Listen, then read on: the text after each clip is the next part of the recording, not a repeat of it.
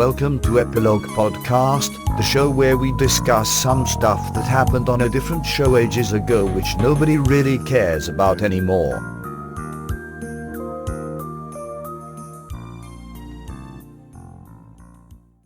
Hi, I'm Portponky. And I'm LeBloc.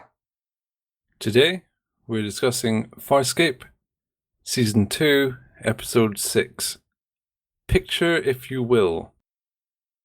The crew rematch against Maldis after he traps them in an Escher-esque dimension. I didn't really think we'd see Moldis again. Yeah, he seemed like a one and done kind of guy. But he's back. Is that good? Is that bad? I don't know. I don't know how to feel about this episode. I wasn't really looking forward to this one, but I actually enjoyed it more than I thought I would. What did you end up liking about it? It was fairly well paced, quite watchable. I think Maldis is a bit weak as a character. He was okay. I think that's part of the reason why they take so long to reveal it's him. Because he's just turned into angry bad man. Yeah, he's not all that interesting. He threatened to go to Earth. That was about the most interesting thing he did. Also, his giant hand. I like the giant hand. I love it, but it looks goofy. I don't think it's supposed to. But I enjoy that aspect, so I'm sort of conflicted about it. That kind of effect is usually really terrible. But they got the feel of it just right. It seemed like a big giant hand. It was thumping against the deck. Yeah, big giant hand, and he couldn't really see, so he's fumbling about. Is the master hand from Smash Brothers. Exactly. That may be why I like it. Because it had the same last boss as Smash Brothers. Yeah. It didn't come off as threatening, though. Not to me. I think a lot of the problems I have with this episode is that it doesn't really grip me. Zan is talking about how she was so super scared. But that doesn't really work for me because it's not that scary. I mean, I know I can see the characters are very scared of Maldis, and he's very, very angry and super evil. But as a viewer, I'm just like, yeah, sure, whatever. Zan's revelation is, it falls flat. You think, really? That was the scariest you've been in your life? Yeah, wasn't just kept prisoner by peacekeepers? I was not convinced, yeah. Because there's no fear for the viewer. We have no fear for these characters. I felt Chiana's fear when she thought she was going to spontaneously combust. But that's because she sold it. She didn't say, I'm so scared that I'm going to burst into flames. She was panicking and trembling, whatever. Yeah. And when she burns up and stuff, that was quite good. But then when she comes back later, you're like, okay, it's a bottle episode. They'll be fine. Yeah, it removes the tension of quote unquote dying because you know it's not a true consequence. Also, when she dies, there's a pile of ash, and then everyone else bursts into shards. So I don't understand that discrepancy. It's needed to sell us that she's actually dead, but then it's not consistent. I always have this idea that in stories, you get one free pass. So something crazy can happen, but only once. If you put too many crazy things in, it's just going to seem random. Chiana burning to ash, that if she'd shattered, then it would have given it away. You know, it's ambiguous. Yeah. But then when Dargo did it, the viewers know, everyone knows, yeah, they're not killing off half the crew in this episode. Don't be silly. But after we know that they're not actually dying, when you see how John is going to die, it made me laugh. It looks funny. Like, okay, he'll be electrocuted. On the portrait, he had a zippity-zappty Yeah, hairdo. Looked like a 80s album cover. it looked like a scene from an 80s movie where he switches bodies with someone, and that's how you do it. That's how you do it. You get electrocuted. Yes, it did. I agree. It's really silly. I mean, the portrait always had kind of silly pictures on it, though. Yeah, I don't like how. I wish it looked more abstract. Yeah, rather than badly photoshopped pictures. Yeah, it looks awkward because of that. For example, when Gianna broke her leg, it looked like the image was messed up. That was just a picture of Gianna, and they just cut out her leg on Yeah, in Photoshop and then rotated it a little bit and dragged it. it looks really bad. Well, Maldus is not an artist. Yeah, that's fair. Maybe he doesn't even have Photoshop. He's doing this in MS Paint. It would have helped for me to sell it more if it weren't directly an image of Gianna. Maybe more abstracted, but you could still identify it as her, sort of. There's too much goofiness where I need to feel tension. I like the idea conceptually. Oh, it's a sort of classic horror idea, a picture that sort of changes, sort of foresees what's happening. I like the Controls idea your a lot destiny. too. The idea of self-fulfilling prophecies. Would she have broken her leg if she didn't see that and were paranoid about breaking her leg? Sure. Okay, that's settled that. I'm going to say yeah, she would have. I also like how it keeps coming back when they destroy it. That's creepy. That's good. I like that too.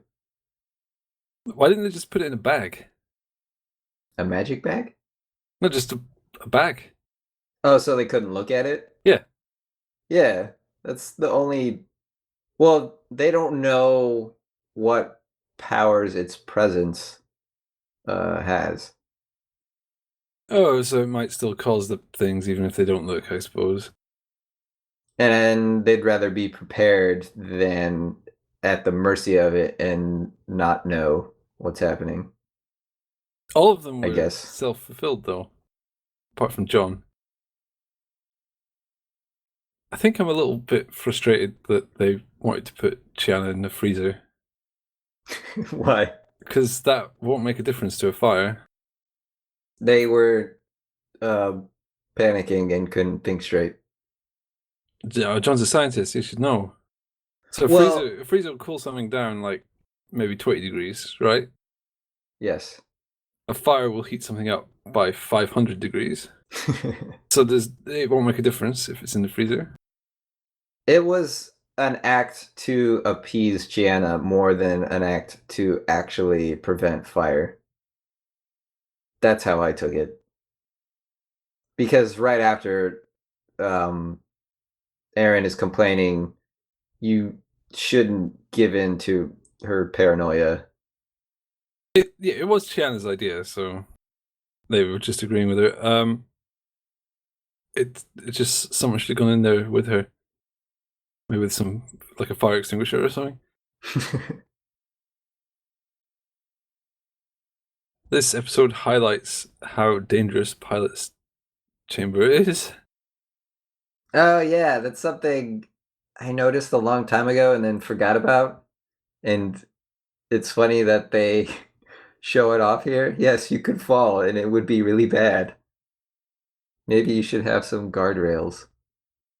Yeah, that seems sensible. What's with the health and safety around here? You shouldn't have a room set up where you can die if you trip. It shouldn't be that easy to die in a room. Not one where there's not some overriding reason why it needs to be like that. Would a railing really hurt? It would hurt the aesthetics. Pilot hates railings. He has no need for them. He has to stare at that walkway all day, every day. Rails would ruin the view. He can also see what Maya sees. He can? That's awesome. He shares her senses. Maybe he wants the crew to die. That's why he insists there are no railings. I could believe that. I'm going with that. Is this your conspiracy? Pilot secretly hates everyone. That's not even a secret. He's revealed as much. Why would he like any of them? They broke him out of peacekeeper confinement and kept them safe since then. With mixed success, but, success overall. No, he hates them. He wants them all dead. But he's very passive aggressive, so all he did was remove the safety railings and warnings of things. Yeah. Well, that way he has plausible deniability. Oh, I never knew you needed a railing there. I never used that walkway. It never occurred to me. I predicted that no one would die, and then here they are, they all died. You predicted no one would die? I think that was one of mine. Well, I mean, no one really died. They all fake died. They just went into Maldus's screensaver realm. It does look like a screensaver. I was trying to place what it reminded me of, and that's it right there. Yeah, I described it as Escher-esque, but I think that's a bit generous. Escher was a lot more talented. Yeah, once you said that, I let it pass. I thought, okay, I'll let him have that one, even though I really don't see it. It's a bit sort of twisty dimensions. It's a bit more kind of Dali or something, but Yeah. it mostly looks like one of these images that you got free with paint packages in the 90s when you install Super Paint 75. And it's got some horrible 16-color image of some pillars and stuff. I expected some pipes to start connecting infinitely. Flying toaster. Ah, classic. Well, like I said, Maldus is not an artist. That actually explains a lot. It explains that dimension, his clothing choices, the bad picture, his physical link, or his link to the physical world. That lady, Kevin. Kevin, the strange-looking lady. Yeah, that was played by the same guy. Oh, I was gonna ask that, and then I thought I better look it up first because I don't want to offend people. But no, yeah, that was him. I did not catch that. Chris Haywood. Wow, I feel silly. I knew it was a dude, but I just thought, oh, that's so nice of them that they just thought, who cares? Let's have this guy play this woman. It seems progressive, and it probably is, I guess. That makes sense because the first time he showed up, he played a jester guy and a wizard and everything. I forgot that too. They dropped all these hints and I had no idea. I like how Aaron just shot Kevin. No question. Bam. I like that too. She's a peacekeeper. It would be absolutely wrong if she didn't just do it that way. Agreed. But at the same time, just how confidently she just murders someone. It's just awesome.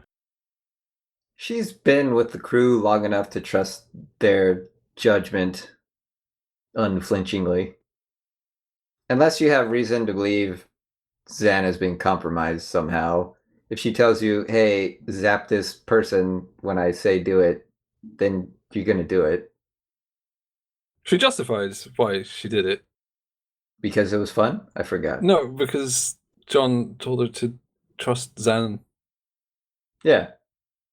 That's reason enough. It's just if it was John in that place, would he have done it as quick? No, he would leave time for a one-liner and then shoot. I don't know if he would even do that. He's a softie. He'll go for it if the situation demands it. He would try and talk it through. He'd be like, whoa, I'm not just going to start murdering people. I felt the sort of duel between Maldus and Zan, well, first of all, was quite dull because Maldus was talking a lot and walked over her. Just weird more than anything. Are they Yeah, the casual walk over her. are they in the sort of corporeal realm? I didn't know if that was going to hurt her or I didn't really get that, but it actually kind of made me laugh because he's walking towards her and it looks like he steps on her leg, and it's like, oh, it'd be quite funny if he just walked over her, and then he does.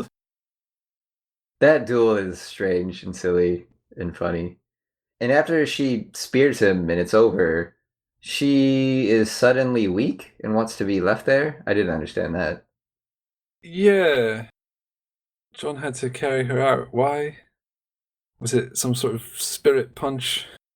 Yeah, I was trying to explain it away for myself that way, but it felt like something was cut. Why was she so drained? I was confused.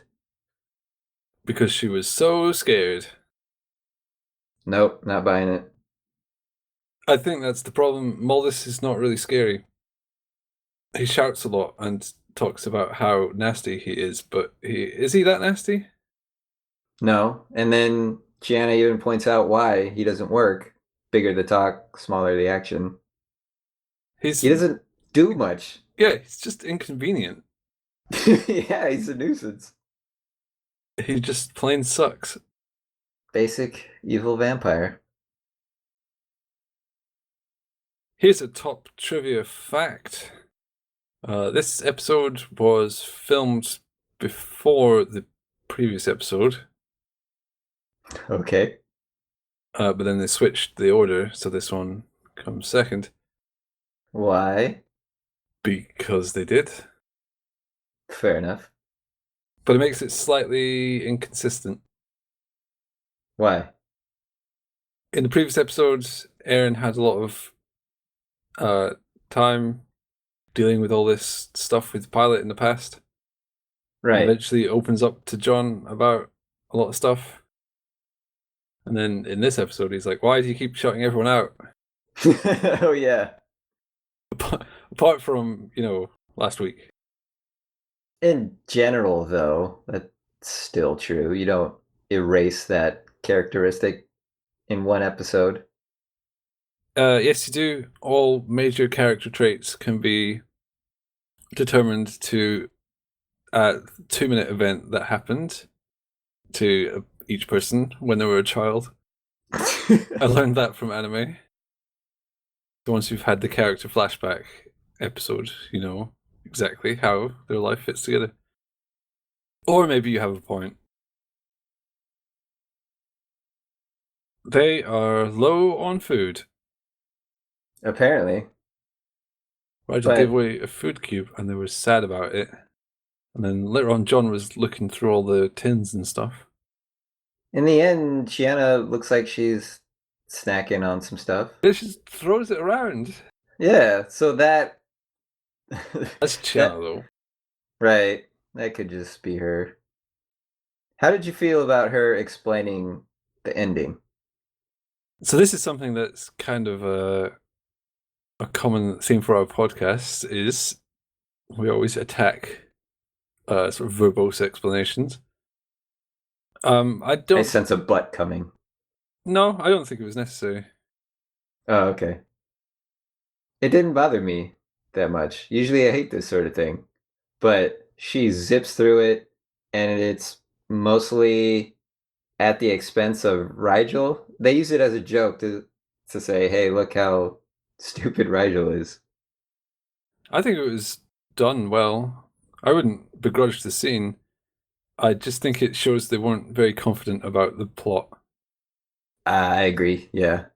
Because if that was all evident, you wouldn't have that scene.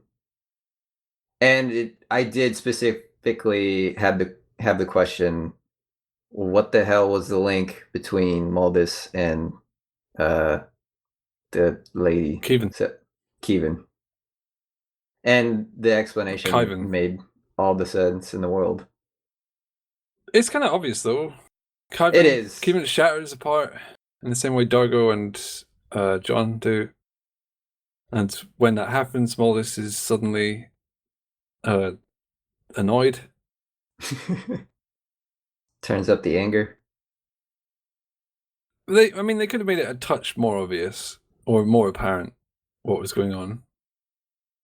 I'm not going to complain too much about it. Like, I don't care that much. She explained what went on, and that's fine. If they'd made the plot a bit more seamless, they may not have needed to include that.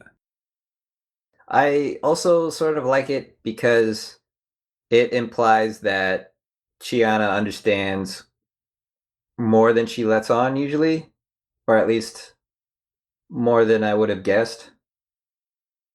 She has a youthful curiosity that Rigel lacks.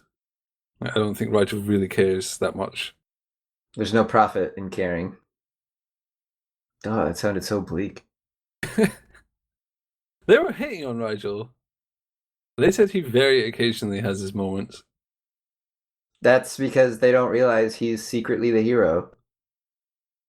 He's useful in probably about every other episode. Not according to Erin. She said the ratio was way off. In this one, he said that they should track down the traitor. Oh, okay, his reasons were completely wrong, but it was the right course of action. Well, his outward reasons. We don't know what was going on in his head. Oh, I yeah. bet Sure, he worked it all out. Yep. That's my hypothesis, not theory, as John points out in this episode. But then what he states is not a hypothesis. Because it's not falsifiable. Oh, well. What he says that they should never have gone to the trader's ship. Oh, is that what follows? That's pretty bad. Something like that. What is it? It's something that you couldn't possibly test. I don't remember what he said because I was too busy being impressed that they made that distinction. We should have steered clear of Kaivan's ship. So there's not... Yeah, they made that distinction and then completely fell flat because that's not a hypothesis. Oh, that's too bad. I mean, it's not theory either.